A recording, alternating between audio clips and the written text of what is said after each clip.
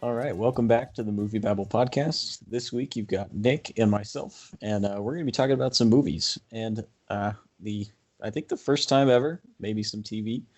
So let's just go ahead and jump into it. So I think the biggest, at least the most well-known streaming release this week was WandaVision.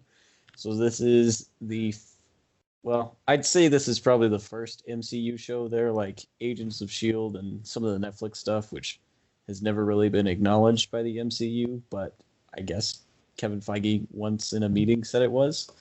But now they're like fully going for it with WandaVision on Disney Plus. So it dropped the first 2 episodes this past week, and then this series is basically the beginning of Phase 4, is what it's been led to be. It supposedly is going to tie into Doctor Strange and the Multiverse of Madness pretty heavily, and presumably Spider-Man is also part of that kind of unofficial trilogy. So the first 2 episodes did drop on Friday, and I think they were pretty solid. They weren't what I was expecting going in, but I'm glad they didn't go the direction I thought they would, and I'm glad they really stuck to the sitcom premise. And more than that, they really like specifically went after almost parodies of I Love Lucy for the first episode and Bewitched for the second episode. And I think just the writing in terms of how can we like mold this show to fit the humor of the time was really, really strong. And I really enjoyed that really corny part of it. Yeah, it was really interesting because I feel like over the past year or so since Endgame, we've been saying how, I mean, it's kind of a bummer that so many of these movies have been pushed back, but it felt like it was kind of necessary to have this sort of refresher, with not having to wait so long for the next MCU property to come out. And I feel like this was kind of a fun way to re-enter the MCU. And it was funny because for the longest time, I feel like we've had conversations off the pod where I've just been like, I just don't feel like watching a Marvel TV show. And then people started talking about it this week, and I immediately cracked and watched it, then wanted to talk about it. Because I agree. I think this is a really interesting look back in the MCU, and we'll talk later about how I don't even know what TV and film is anymore, because they're just going to keep blending these back and forth, and you're going to have to watch the TV show to understand a different movie, and all these certain things and all these crazy like things of lore they're going to build into all these movies and stuff now. But I thought the first 2 episodes were interesting. I think clearly we're dealing with some kind of simulation theory with these 2 episodes, because at the end of both of these episodes, they pan back and they show people working on these nefarious computer monitors. So clearly Vision and Wanda are stuck in some kind of thing. Who knows? We'll find out, I guess, later on. But for what these two episodes are, I'm pretty interested. I think I'm wondering how long they keep up the charade of this like 1950s world. I feel like if I think this is 9 episodes, right? So if it continues any longer, I wonder if I'll start to get a little tired, because we already know that this is sort of like it's not real what we're watching. But for now, I think it's really good. I think it's really, really interesting. And we'll see how it progresses from there. Yeah, and I really appreciate how reserved they were with those little end tags, because for both of these episodes, you get like a normal 1950s sitcom episode, and then the first episode and the second episode, it's a very similar reveal. The second one's just like a little bit different, and there's a little bit more like voice to it. But really, like, these are pretty independent, running in their own little sitcom premise. Like, they're very basic setups, like, Wanda and Vision get dinner with their boss and they forget about it, or Wanda and Vision put on a magic show for the town, and they just like really revel in that, and just kind of how wacky and goofy it is. Like the plot of the second one involves Vision, who you've seen like fly through walls and like pick up Mjolnir, get drunk because there's gum in his ears. And so they're just enjoying themselves, which I really like, and they're not trying to, like rush all this, crazy, like, oh look, we've got scrolls or another Infinity Stone or whatever. Like, they're really just sitting in the setup of the show, basically.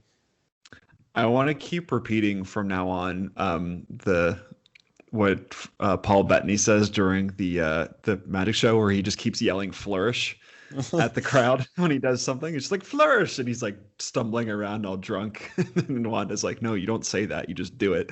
It's really funny. It's really, really good comedy from Paul Bettany, which is something we really haven't seen from him because he's a humanoid computer as Vision. But um, it's interesting that they're leading with this show and for the MCU, because I don't know how you feel, but I feel like through all the MC movies, I feel like the least attached to probably not, maybe not WandaVision, but they're on the lower level of characters that I really care about.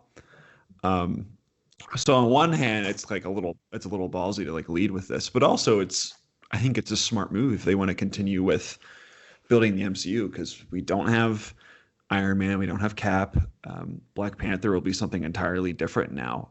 So I think it's smart for them to kind of grow the characters that we have some familiarity with and just focus on them for a while. And I think even in these first two episodes, especially with Paul Bettany, like you see different sides to Vision that we've never seen before in 23, 24 movies already.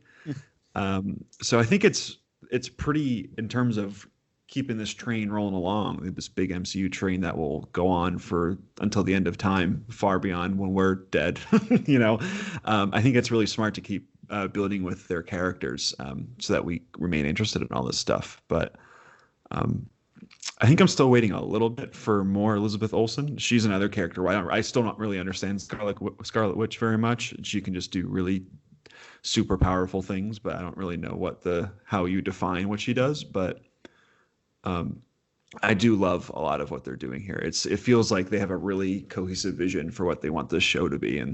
But I really love the old style aspect ratio to kind of match what like an old TV looks like. Like you said, just it's a lot of goofiness. They're just it's a lot of Wanda and Vision hanging out and spoofing off of 1950s TV, which I just think is really interesting. So I'm here for it. I think it's just really wacky. It's really wacky and really bizarre. And if we're going to keep going deeper into a lot of like these multiverses in the MCU moving forward, then why not? I'm here for all this weirdness. Yeah, it really reminds me of either Scooby-Doo and the Cyber Chase or the old Fairly Odd Parents special channel chasers. Those are the first two things you think of when you're watching this? That's amazing. Because those are the like this premise that I grew up with as a kid. But yeah, it's just like really enjoying making fun of other people's TV shows while at the same time making their own ridiculous TV show. And it's nice to see Paul Bettany kind of get the limelight for once, because I mean he's been around since 2008, like in one way or another, just hanging in the MCU. And I mean he had a pretty big point in Infinity War and then was gone from Endgame, so it's nice to see him just like kind of be there and get to just let the actor have fun as well as exploring the character. And then yeah, I agree with what you say with Wanda. She's always just been like, yeah, she can do like hand stuff, but yeah, she's maybe doing not a lot of wavy stuff. hand things. It's just, I know we're on video, no one can see what I'm doing, but she's just like waving her hands all around and like red stuff comes out and moves things. Yeah, and I think it's been interesting with her character because I think a lot of the reason why they haven't really gone too in depth into her powers is because most of her powers are like related to being an X-Man and being mutants and all that, and until recently Marvel hasn't been allowed to say either of those words. And so it'll be interesting to see if they like bring any of that into the fold a little bit later on, because I think like even in what movie Age of Ultron was like her first big movie that wasn't a post-credit scene, and there's like some throwaway line that Kobe Smulders tells Iron Man where she's like, yeah, he's fast and she's weird, and that's the explanation of her powers. So I think it'll be interesting to see her like actually hopefully have some kind of definition to everything she can do, which that may not happen in the crazy sitcom world where gum can stop the strongest Avenger, but Is that his new kryptonite? We have Vision's kryptonite is gum. It's just, dude, he's gonna struggle in New York City when he comes out of the subway. Buddy the Elf's just gonna run circles around him. Oh, that's amazing.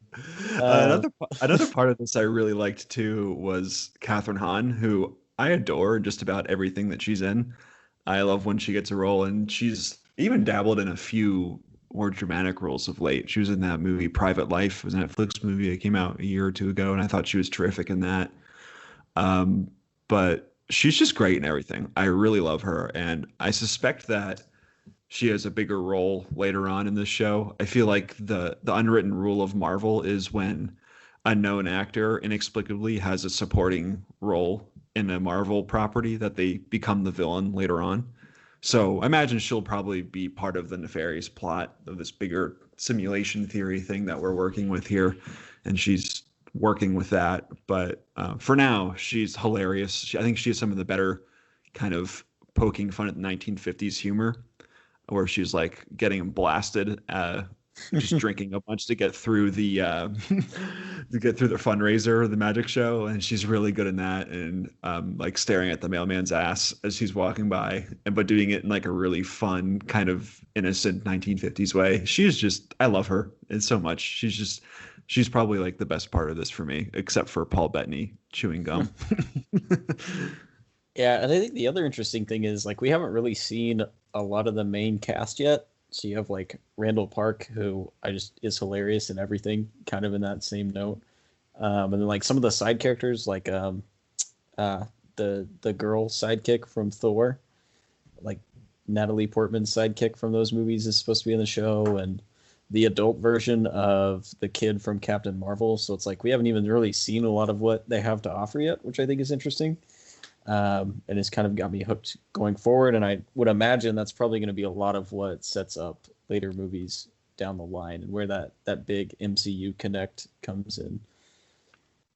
Yeah, it is interesting because I read a report where it was like this show cost over $200 million, and you watch these first two episodes and you think like, where did all this money go? Because it really is. It's very much, as we mentioned, a spoof of 1950s TV, and like the most effects driven stuff is a plate floating and when when Wanda is trying to cook, and that's really about it. And then well, at the end of the second episode, we see things turn into color. So I guess it looked like we're time jumping into another era of spoofing TV. It looks like it's like the 60s or 70s or whatever they're jumping to next. But I'm fascinated to see what they do, because I feel like we're really getting set up for some big kind of just CGI, maybe not a CGI overload, but some just crazy spectacle later on. And I don't think we've really seen anything like that in TV as of yet. It's really interesting to see how the MCU is playing with this. Yeah, and I think it's interesting because this kind of puts us back into the round the clock Marvel content cycle. So we haven't had like substantial new Marvel stuff since Spider-Man Far From Home, and that was 18 months ago. But you've got like Black Widow and the Eternals coming out later this year. But then on top of that, basically as soon as each Disney Plus show ends, another one begins. So the end of WandaVision takes us right to the start of the Falcon and the Winter Soldier. And then when that ends, Loki comes in, and then they have What If, and I believe Miss Marvel's also scheduled for later this year, and Hawkeye, and Hawkeye's also supposed to be like towards the end of the year.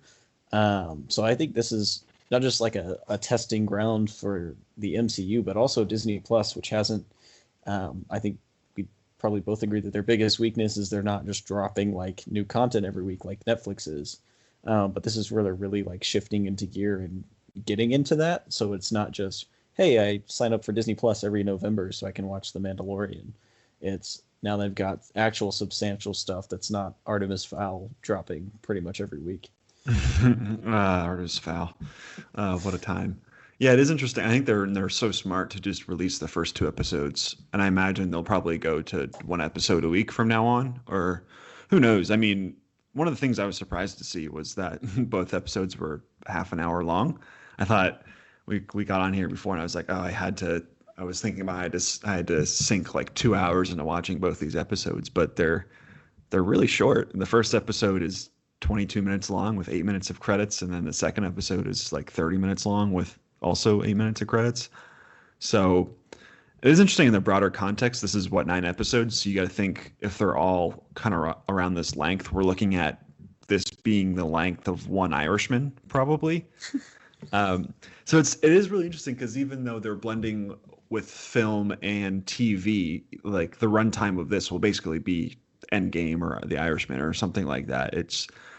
We're going to get to the point with the MCU down the line where we can't really call it TV and films. We're just going to have to default to content, which makes my skin crawl because we already call too many things content because we don't have a better word for it. But it's just going to be like this multimedia, kind of what we said, multimedia, just elongated story that never ends, and it'll jump back and forth, and then we'll go from there. I think it's fascinating. It's just going to further blur the lines of what we think of as film and TV. It's just a shame we never got to see any of these on Quibi. We get to watch Quibi now. Did you see that Roku bought all their stuff? So we get to watch all our Quibis again. The day is saved. But yeah, I think it's a very fun 2 episodes, and I think if that gives us just kind of a picture of what some of the coming MCU features could be like, it gets me excited to see weird stuff. I mean, with titles like Multiverse of Madness and Love and Thunder, I really don't see how you can go wrong. But yeah, they're just the MCU's getting weirder and weirder, which if we're going to keep getting bombarded with superhero content, then that's what I want. I want to see crazy shit all over the screen. I want as many multiverses as possible. I want, more weird Taika stuff out with Thor. I love this. If they're just going to keep getting weirder and weirder, that's all I need. That'll keep me interested. What I'm really here for is Michael Keaton being a mainstay in all 3 of the big superhero universes right now. So you've got like his MCU stuff, his Sony stuff, and then they announced last week that he's like the official Batman again, which is just really weird to think about. But basically, like the torch is being passed back to him, and he's going to be like the Iron Man of the DCEU now, which I'm down to see 70-year-old Michael Keaton put on the bat suit where he has to like turn his head by doing this, which you can't see if you're listening to the podcast. But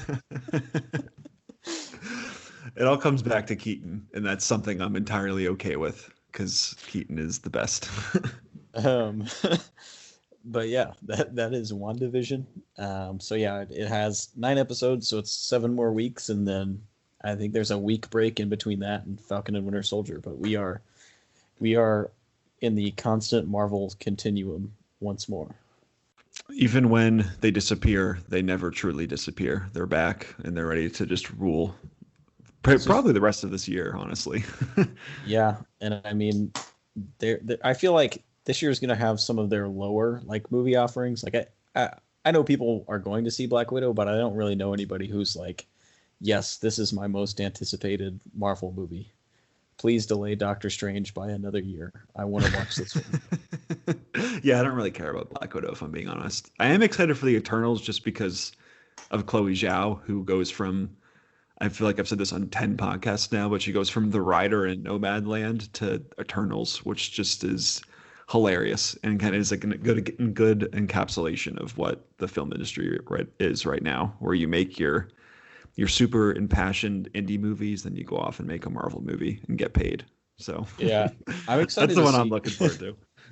Everybody doing that because like Kumail Nanjiani like got ripped for that movie, and he's just funny and everything. Like if you haven't seen, I almost said Stuber because that was like the more recent release that came to mind. Remember Stuber? I try not to. But he's one of the leads in that. Brian Tyree Henry's in that movie, which he's just like consistently in everything these days, which I'm completely here for. So it's definitely like we know nothing about it, but I'm excited to see it no matter what. That's pretty much what's going on in the MCU. So we're gonna switch gears briefly and not talk about Netflix. So I'm just gonna run through the top 10 real quick. There wasn't really anything groundbreaking going on. It is nice to see Illumination movies cracking the top 10 once more. Is it? Is it though? I mean, it just feels wrong when they're not there. It's like something's missing, and I'm just glad to see it back. So for the Netflix top 10 this week, the number one spot was Outside the Wire. Number 2, We Can Be Heroes. Number 3, Good Burger. Number 4, Pinkfong and Baby Shark Space Adventure. Number 5, Crack. Number 6, Charming. Number 7, The Secret Life of Pets 2. Number 8, 17 Again. Number 9, Shark Boy and Lava Girl. And number 10, Superbad. So the top 10 list really isn't too different from last week. Most of these movies were on it in some place or another the week before, with like Shark Boy and Lava Girl being a new addition. I don't think it was on last week. And then seeing Illumination up there with Secret Life of Pets 2, but nothing too crazy. Yeah, I can't say I'll be watching Crack anytime soon, or Pinkfong and Baby Shark Space Adventure. So sorry, Netflix, you're not getting my subscriber money this week. Yeah, Jeff Bezos got my money this week and last week because I had to rent some Muppet movies from him. So Jeff has been my 2021 streamer most recently. But yeah, I think the big movie for both of us and pretty much for the industry in general was One Night in Miami, which is Regina King's directorial debut. And she's had just a really strong year last year, coming off of Watchmen and now going into this. And there's that one luxury car commercial. I can't remember what brand it is, but she's just like in it and directing it while being in it, which I guess is cool. But now she's got One Night in Miami. So this is it's based on a play, and it takes place on one night in the city of Miami in 1964, and it is a fictional telling of a real evening between Malcolm X, Cassius Clay, Jim Brown, and Sam Cooke. And this movie was really good, in my opinion. So I've only seen one new movie this year, and it's been this movie. So, I can't really compare it to anything. But it's been my favorite 2021 movie so far. We were talking a little bit earlier. I guess it's technically a 2020 movie because it had a theatrical release at the end of 2020, but that disagrees with my point of view. So it's a 2021 movie to me. It's fake news to you. It is stop the steal. Yeah, I really love this movie quite a bit. I saw this movie back at a film festival in November, and it's been a movie that I've thought of quite a bit off and on, because it's one of the few movies about Black characters that kind of just gets to be low stakes. And that doesn't mean, because this play is basically just a really long conversation about these four guys talking about some of the most important things that I think have just been unbelievably relevant over the past year. So in that sense, it means quite a bit. But there's no big overarching plot here. There's no crazy contrivances or like any death in this movie. It's really just, the first act is how can we get all four of these people into a hotel room and then let them have a conversation for the rest of the movie. I thought I don't know about you, but I thought the conversations that these guys have, I thought was absolutely riveting.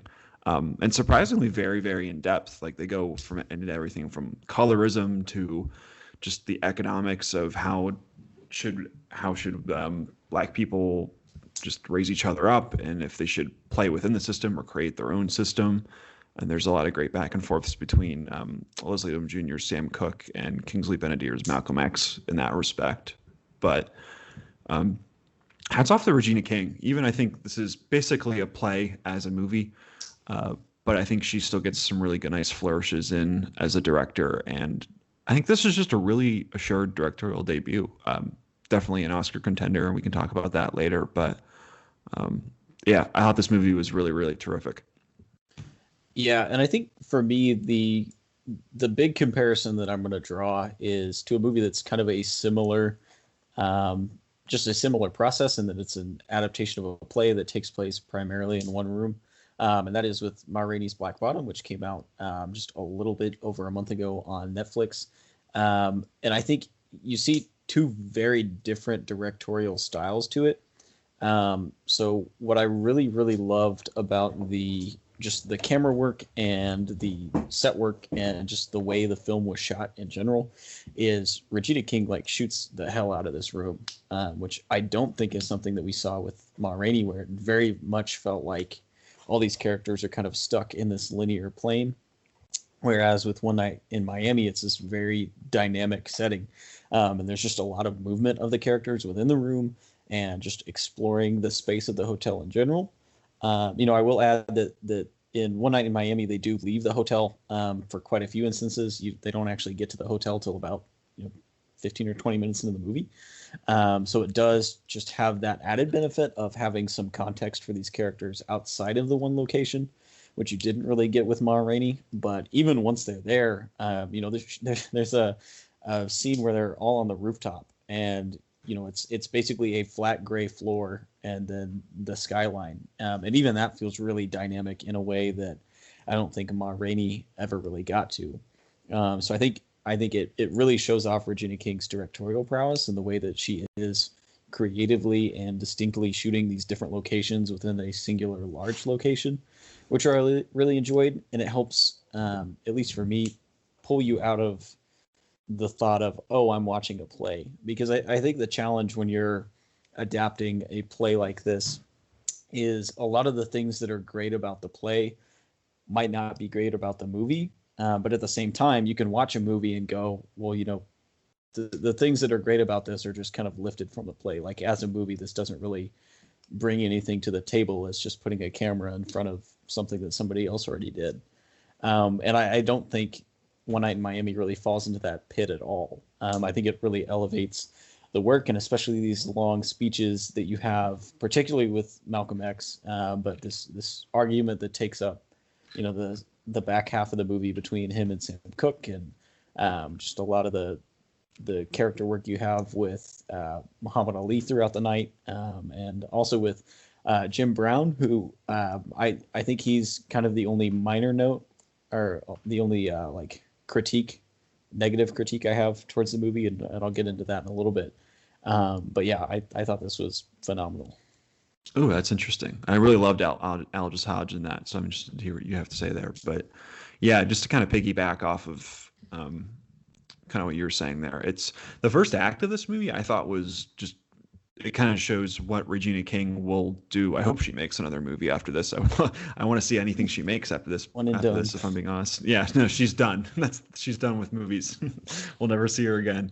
Because the first act of this movie is, you could argue that it's a little redundant in terms of kind of when they first meet in the hotel rooms, they kind of like rehashes a lot of what already went down, what you already saw to begin with. So that's certainly a thing that I might critique, but the filmmaking itself is great. Like you have Eli Gorey as Cassius Clay, who's fighting Sonny Liston, and he becomes heavyweight champion of the world. And that fight scene is great. It's really good character building. It's also just really cool to watch. It's really good boxing. Aldous Hodge as Jim Brown has a really good scene where he goes and meets a guy at his house on a plantation, which there's a bit of racism in that scene that really stung. It just caught me really off guard. I just think a lot of those scenes are just really well staged, and yeah, like you said, there's a couple really nice flourishes that she has just with camera placement in the room. I always forget that there's like certain like little nooks and crannies to the room because she keeps extending out, and it's like, oh yeah, there's an entirely different view of this same room that we've been in for 20 minutes. It's really cool. I would say that between One Night in Miami and Ma Rainey, I prefer One Night in Miami. I think they're both really good, but yeah, like there's just a little bit extra with this movie that Regina King is mostly the reason for. But they really do follow the same plots in a lot of ways, where a lot of it is critiquing the system that's in place and how it takes advantage of Black people and what people can do to navigate within that system. And then both end very similarly. I think with Ma Rainey, it's much more on a downbeat where it's more of a cynical look at what's going on. And this one, it feels is a little more hopeful, but they really do follow kind of a similar structure in that sense without giving too much away. But I will say that I thought the ending of this movie was perfect. It was one of my favorite endings of the year, right up there with the insanity that is the end of Another Round with Mads Mikkelsen drunkenly dancing. Is just one of the most beautiful things I've ever seen in my life. So, yeah, there's just so much to love about this movie. I hope people got a chance to check it out rather than watching Baby Shark's Space Adventure this week. Yeah. Yeah, and just kind of touching on that scene with Jim Brown and with Beau Bridges plays the plantation owner. Yeah, Beau Bridges. I really like that scene because it draws you in. And I was a little bit confused watching that scene because it was like I'm starting to get like very strong white savior vibes. And I'm like, I know this was directed by Regina King. Like this isn't computing. What's going on? And then yeah, he just kind of drops that comment, which I will not be saying, and it just kind of shatters you out of it. You're like, oh damn. And it really puts a lot of the movie going forward into perspective as you're meeting all these characters. But then, so my only complaint with Jim Brown's character is that he's used very heavily in the beginning, and especially in the first act. And then I feel like he kind of peters out in terms of like how much he's actually driving things forward in the second and especially in the third act. Whereas like Sam Cooke is kind of the opposite, kind of getting more and more important as the story goes on. And then, yeah, Muhammad Ali is like always, if not at the forefront, he's always like interacting with the main action in the film, which is mostly between Malcolm and Sam Cooke.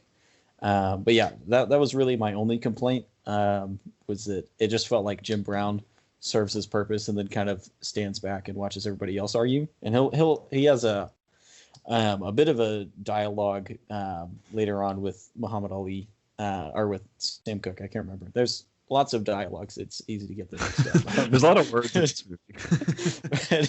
he has a dialogue like later on, almost towards the end of the third act, where he kind of like comes back to that really important level. But I just feel like he wasn't consistently used with the same level of importance.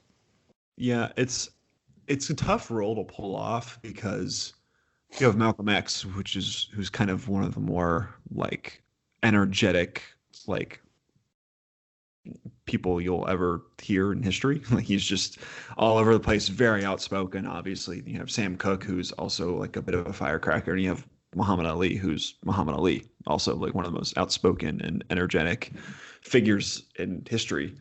So you kind of with Aldous Hodge's Jim Brown, it's kind of tough because it's on one hand he's kind of like when he doesn't really say much for a while, it's a little more noticeable because the other characters are just so outspoken.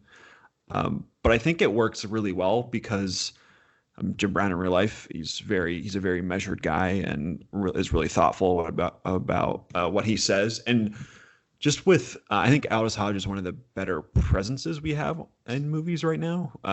Even when he shows up in The Invisible Man, he's just really good for like 5 minutes.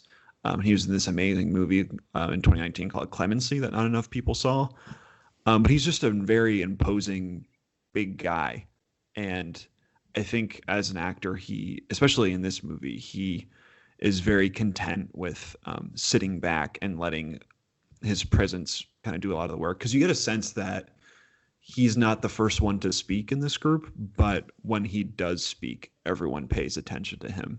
And especially there's the one speech he has with Malcolm X. That's the colorism discussion. I think it's like he hits Malcolm X with a sledgehammer because he's just very measured and very thoughtful about what he's saying, and he kind of just takes Malcolm X aback after having this large shouting match with Leslie Odom Jr. Sam Cooke. So I think he works really well, but we could differ on that. But yeah, I think this movie is terrific. It was really nice to see Michael Imperioli for a second as I make my way through The Sopranos.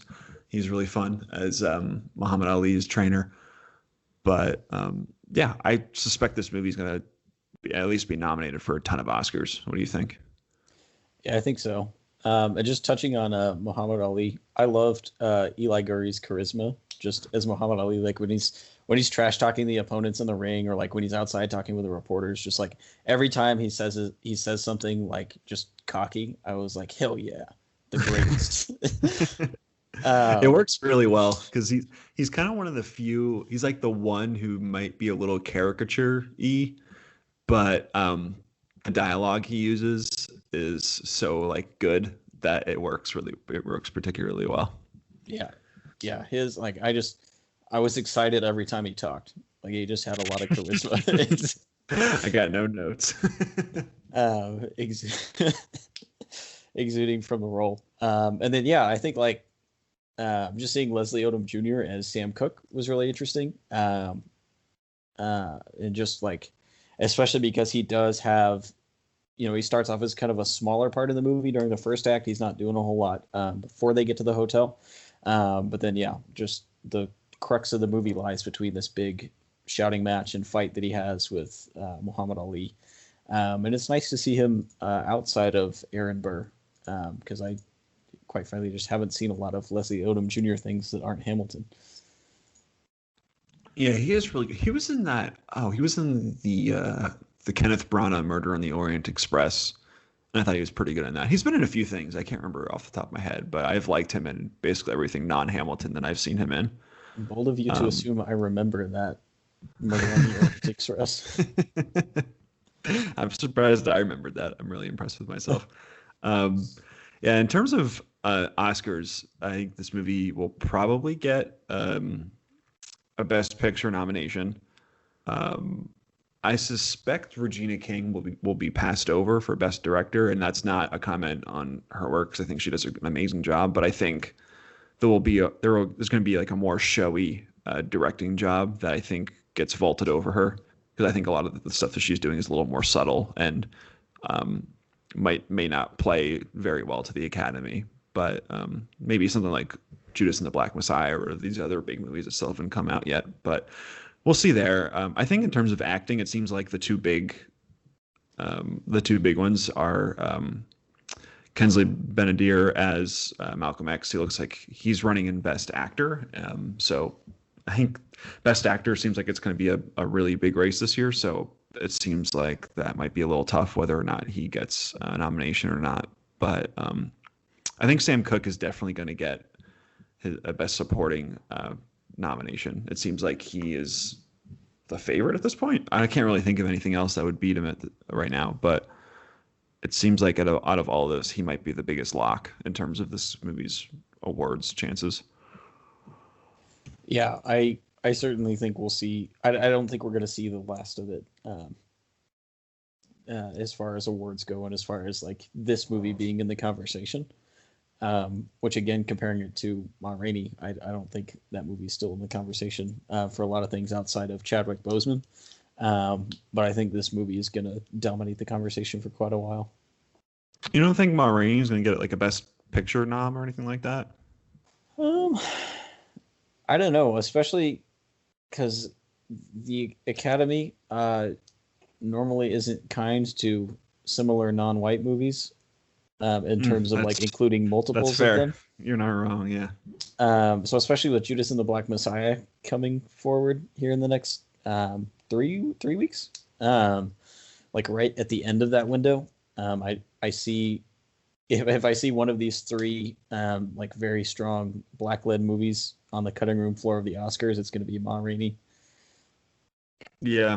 And it's a shame that we still have to deal with that with the Academy too, but I can totally see it as well, where it's just like some curmudgeon 85-year-old like white dude who produced movies back in the 80s just gets confused about which is which between Ma Rainey and One Night in Miami. I could totally see that, even if it's a little cynical of a view by me. But yeah, I don't know. I think the power of Chadwick may vault that movie to at least some kind of consideration other than Best Actor, but maybe that's just me being hopeful.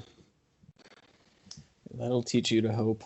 Let's replay this pod in a few months to see the joy fall from my voice. But yeah, I definitely think this will be something I'll revisit later on down the line. It's a very strong debut. I don't know what more needs to be said. Yeah, it's terrific. People should go watch it out. Go check it out. And it's certainly better than the next movie I wanted to talk about, which was Locked Down, which was a movie that premiered on HBO Max this week. And it's a COVID movie. I'm sure it's not the first. We've got a ton of COVID movies so far, like Host and a billion of others already. But Netflix's Homemade series, which is a bunch of shorts that people made in lockdown. But it seems like this is one of the first like very prominent COVID releases, because this is directed by Doug Liman and stars Anne Hathaway and Chiwetel Ejiofor, and it's a rom-com heist movie. It's like a very genre-y, and it's also not very good. It's very half-baked, as I imagine that all of these movies that are getting pushed into production during COVID will be, because they've been in like pre-production for a week before someone okays the script and they start shooting and they realize, wait, this was a bad idea, but they're already too far into it. Lockdown is very, very fine as a movie. It deals with Anne Hathaway as the CEO, and she has a troubled relationship with Chiwetel Ejiofor, who's lost his job. He's furloughed and he's kind of just like struggling and not knowing what to do with himself. And they've broken up, but they're still living in the same house together. And they're just very frustrated. And the first 75 minutes of this movie is them just kind of arguing and going outside without anyone around them and just being generally frustrated. And then the last 30-ish minutes of this movie is a heist in a mall, which is when they steal this like very precious diamond. I think it's Harrods, the big Harrods in London or Paris or wherever they are. But yeah, that's kind of the movie, and it's 2 hours long. So you're watching it this entire time thinking, how on earth are they stretching this out to 2 hours? And when the credits come over, you don't really have a good answer for that. It's a lot of filler for all that doesn't really happen in this movie. So certainly not the worst that Anne Hathaway's done recently. We've talked recently about how she's been on very much a cold spell, and she's pretty good in this movie. She has a bunch of different monologues that she gets to perform, where she seems like she's really going for it. It seems like both her and Chiwetel Ejiofor were just aching to act for the longest time. So this movie kind of doubles as a play in a lot of ways, where they get to just go back and forth for 10-15 minutes and just really get to act and chew into the scenes that they're performing in. But yeah, this feels like I'm not ready for all of these genre-y movies to come out with people like looking like, oh, I'm gonna put my mask on, and someone walks by and they have too much toilet paper in their hands and they get yelled at by the main characters or something like that. I'm not ready for it. Feels like it's a little bit of low-hanging fruit, and I'm just not prepared for it at this point. So I'm strapping in for what is going to be a year or two of just a ton of COVID content. And it makes my skin crawl a little bit. And we've got the John David Washington and Zendaya movie coming out in a couple weeks, which is like the first one to be filmed during the pandemic. So we're definitely like hitting that stretch of production. It started off with the 8th episode of Tiger King, and now we're locked down. Where else will it go? I forgot about that. They just got everyone on Zoom. It was like Joel McHale who was the lead of that. That's so weird. Yeah, we are. Is Malcolm and Marie like even about the pandemic, or is that just they happened to shoot it during the pandemic? So it isn't about the pandemic, but it was written, like financed and filmed during the pandemic. Yeah, that's what I thought. Which as well. I think like this will be a higher note in terms of pandemic movies, because it's definitely going to feel like you can tell when you see content that's been filmed during the pandemic, because it's always like, well, there's always one actor on screen and they're talking to people off camera. So I feel like we'll probably get a lot of that in this. But as far as like trying to be fixated on COVID or on this specific moment in time, from what I've seen, it doesn't sound like it's going to be like that, which is why I'm excited for it. Yeah, I'm not looking forward to the like lockdown is one of these where they're overtly about doing things during the pandemic.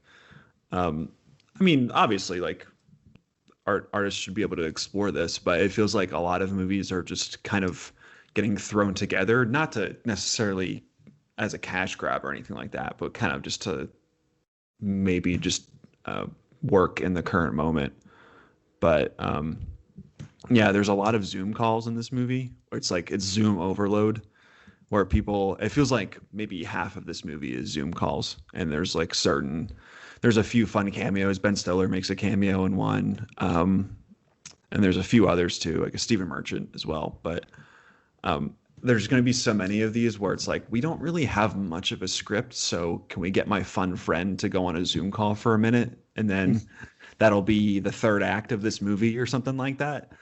Um, yeah, I don't know. I don't really. It kind of scares me a little bit to think about a lot of these kind of movies because they're just not going to be good. I'm worried about so many movies that just get thrown into production like this. It doesn't seem like a winning formula, if you ask me. Yeah, I kind of segueing us into our next segment at the same time. I watched Room for the first time earlier this week, and that weirdly has like a large section of the movie once they're out of the room where they're like dealing with viruses in the air and Jacob Tremblay's character is walking around with a mask, and I was like, wow, this is really proactive for 2015. They saw the future.